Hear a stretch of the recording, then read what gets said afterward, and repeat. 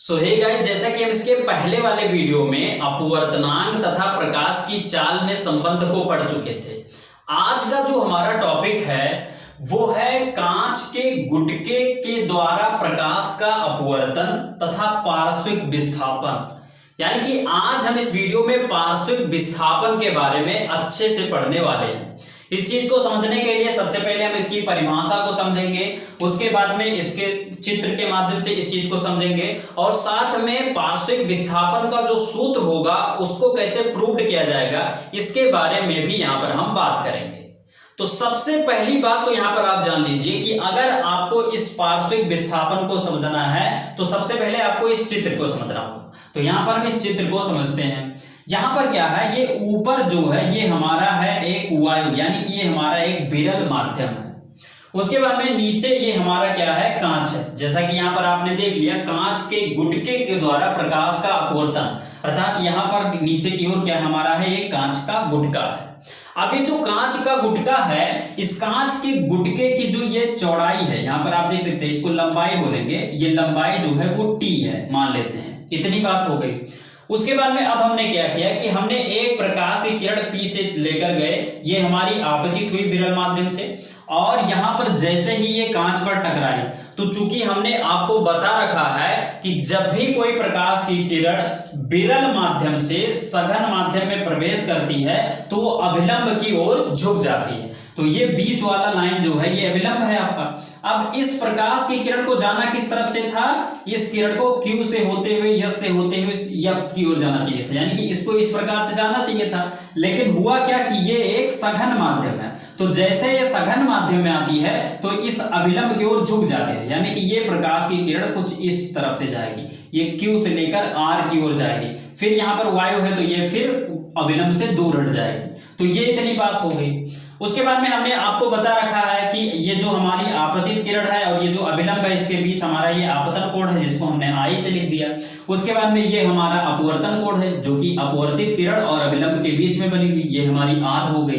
अब ध्यान दीजिए, यहाँ पर जब ये कोण I है तो अगर इस डॉट डॉट लाइन द्वारा अगर हम पीछे इसको बढ़ाए हैं तो ये वाला पूरा कोण जो होगा ये भी तो I होगा। अगर ये पूरा कोण I है, जैसे यहाँ पर अगर घोड़े का निशान ऐसे बना दिया जाए तो यहाँ पर अगर ये I है तो ये भी तो I होगा। तो ठीक इसी प्रकार से यहाँ पर अगर आप देखें तो ये वाला घोड़े का निशान की तरह है। तो ऐसे कंडीशन में ये I है तो ये पूरा यहाँ से लेकर यहाँ तक का जो कोण बनेगा वो I होगा। इतनी बात हो गई। दो चीजें हमको इसमें पता चली। पहली चीज क्या पता चली कि ये जो हमारा अपवर्तन कोण है ये R है, और पूरे कोण की अगर बात करें तो ये हमारी I है। अब ऐसे कंडीशन में अगर इस वाली लाइन अपवर्तित किरण और इस वाली लाइन के बीच के कोण की बात करें, अर्थात इस वाले कोण की बात करें, तो ये वाला कोण क्या हो जाएगा, I माइनस R, यानी कि पूरे वाले कोण में से ये वाला कोण घटेगा तो ये वाला कोण बच जाएगा। तो ये हमारा पूरा कोण I था, ये कोण R था, पूरे कोण में से R हमने घटा दिया तो ये हमारा बचा I माइनस R, अर्थात ये वाला जो कोण है, इन दोनों किरणों के बीच का जो कोण है ये हमारा I माइनस R होगा। इतनी बात आपका यहाँ पर हो गया।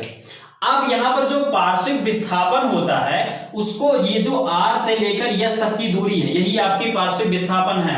यानी कि ये जो हमारी प्रकाश की किरण गई है इसको जिस लाइन से जानी चाहिए थी उस लाइन, और उसके बाद में वास्तव में जिस तरफ जा रहे थे उस लाइन, इनके बीच की जो लंबवत दूरी है यही आपकी जो D है, यही दूरी आपकी है पार्श्विक विस्थापन। तो अब हम परिभाषा को समझते हैं। यहां पर हमने परिभाषा लिखा है कि किसी आयताकार गुटके के आपतित प्रकाश की किरण तथा निर्गत समांतर प्रकाश के किरण के बीच की दूरी को पार्श्विक विस्थापन कहते हैं।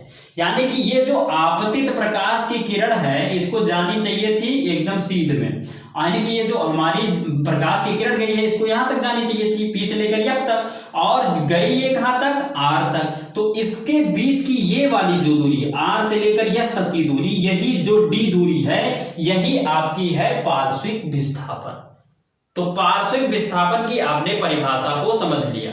अब ध्यान दीजिए, अब हम बात करेंगे कि इस पार्श्विक विस्थापन यानी इस d दूरी को कैसे निकाला जाए, ये d दूरी बराबर होगा क्या। तो इसके सूत्र को प्रूव करेंगे हम। इसके सूत्र को प्रूव करने के लिए सबसे पहले हम क्या करेंगे कि कोण r को ले लेंगे, अर्थात q n डैश r को ले लेंगे। तो यहां पर हम लेते हैं, यहां पर लेंगे क्या, कोण q, बल्कि कोण ना लेकर हम त्रिभुज लेंगे, क्यू एन डैश आर। यहां पर लिखेंगे त्रिभुज क्यू एन डैश आर से। तो यहां पर जब त्रिभुज क्यू एन डैश आर जो है, इसमें अगर हम ले ले कॉस थीटा यानी कॉस आर, तो देखो कॉस थीटा बराबर होता है आधार बटे कर्ण, ठीक है। तो ऐसे कंडीशन में ये हमारा कोण क्या है, आर है, क्यू एन डैश आर में हमारा कोण क्या है, आर है, ठीक है। तो इसके सामने वाली भुजा ये वाला जो एन डैश आर है, ये तो लंब हो जाएगा।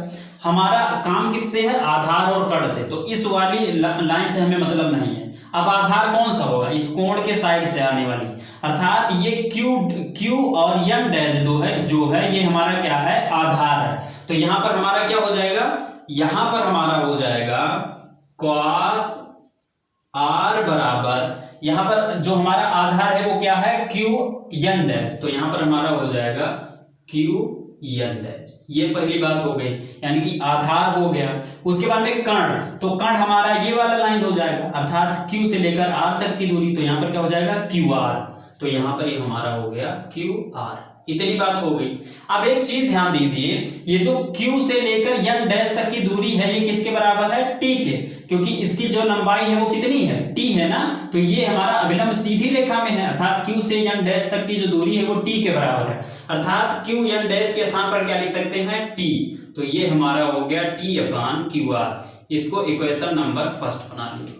इतनी बात आपको समझ में आ गई होगी। हमने त्रिभुज क्यू एन डैश आर को लिया और cos थीटा लिया, तो आधार बटे कर्ण हो गया। आधार का मान हमने यहां पर रख दिया और कर्ण का मान हमने यहां पर रख दिया।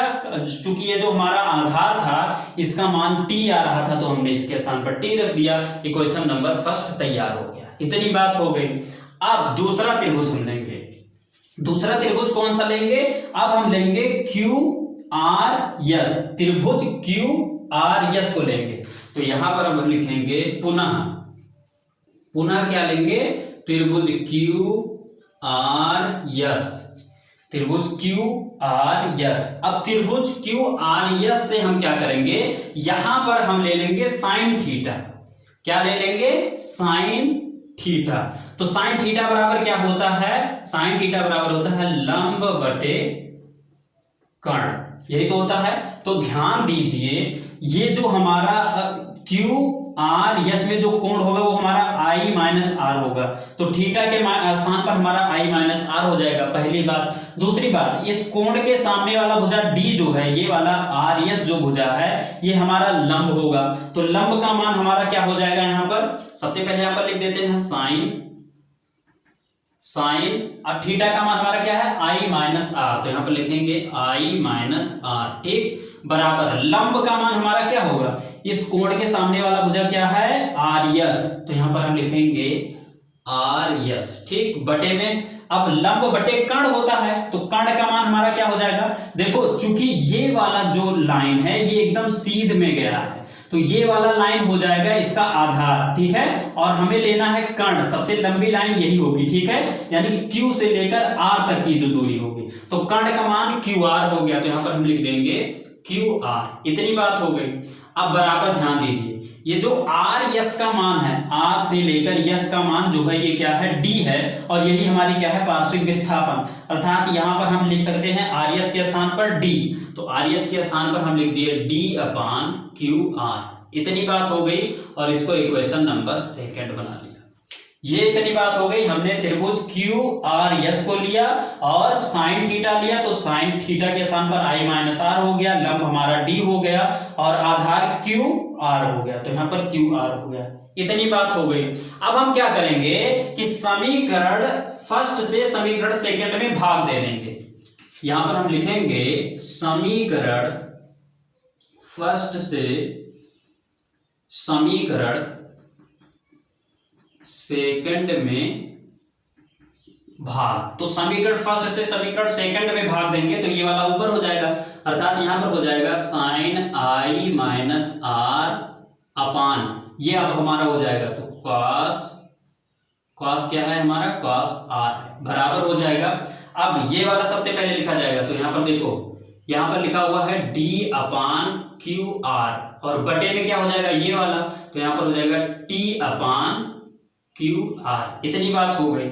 अब इसको आगे अगर हम थोड़ा हल करें तो देखो यहां पर हो जाएगा d अपान क्यू आर गुणे, और ये जब ऊपर जाएगा गुणे में चले जाएगा तो t नीचे हो जाएगा, क्यू आर ऊपर, यानी कि यहां पर हो जाएगा क्यू आर अपान टी।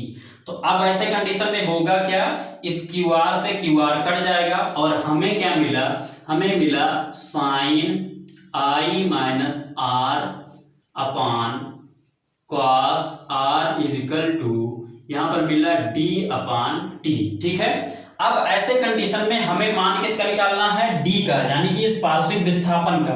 तो यहां से अगर हम इस t को यहां पर पक्षांतर कर दें, यहां पर क्या करना है, कैंची गुणा कर दे, तो ये t आकर यहां पर इसमें गुणा हो जाएगा, तो कुल मिलाकर हमको क्या मिल जाएगा, ये t अगर यहां पर आ जाए तो कुल मिलाकर यहां पर हमें मिलेगा d is equal to T sine I minus R upon cos R. तो ये हमको एक सूत्र मिल गया जो कि हमारा क्या, किसका मान है, ये हमारा है d का मान, अर्थात पार्श्विक विस्थापन का मान। यहां पर जो d बराबर मिला वो क्या मिला, t sine I minus R upon cos R, और ये जो d का मान है यही हमारा है पार्श्विक विस्थापन। इतनी बात यहां पर हमको पता हो गई, अर्थात हमने इस d दूरी को यहां पर हमने निकाल लिया, ये बात हो गई।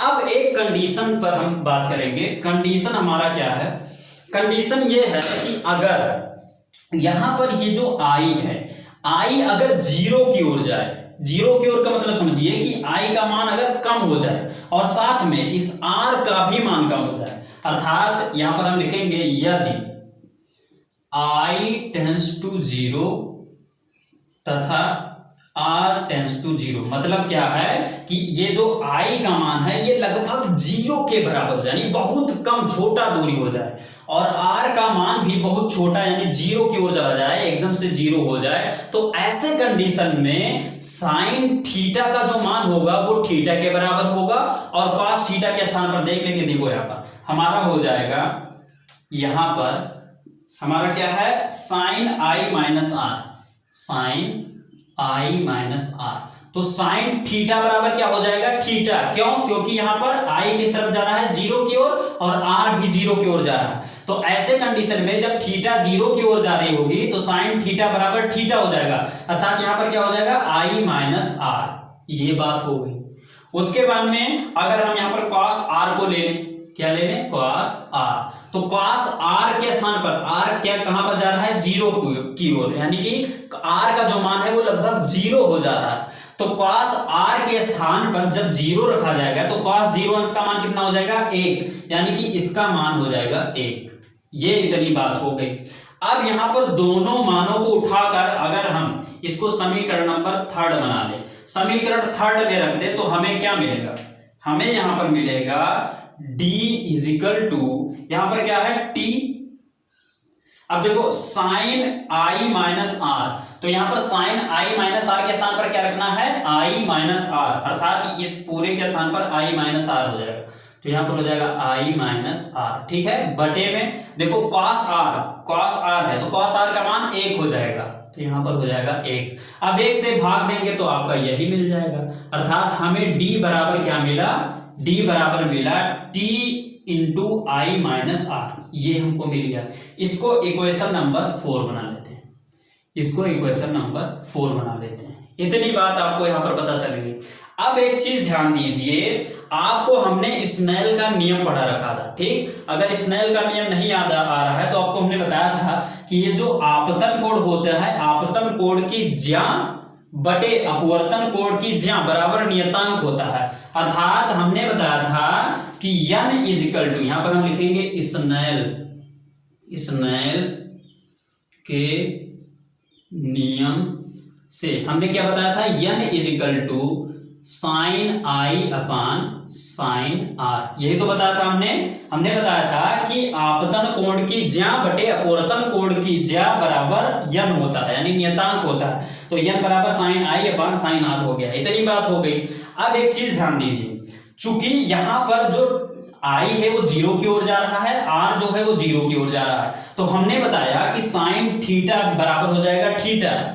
यहां पर जब जो है थीटा जब 0 की ओर जा रही होगी, तो ऐसे कंडीशन में साइन थीटा बराबर हो जाएगा थीटा, और साइन तो यहां पर होगा क्या, देखो साइन आई बराबर हो जाएगा आई, क्योंकि थीटा के स्थान पर आई है, और यहां पर क्या हो जाएगा साइन आर बराबर आर। तो यहां से क्या मिला, n equal to I upon are.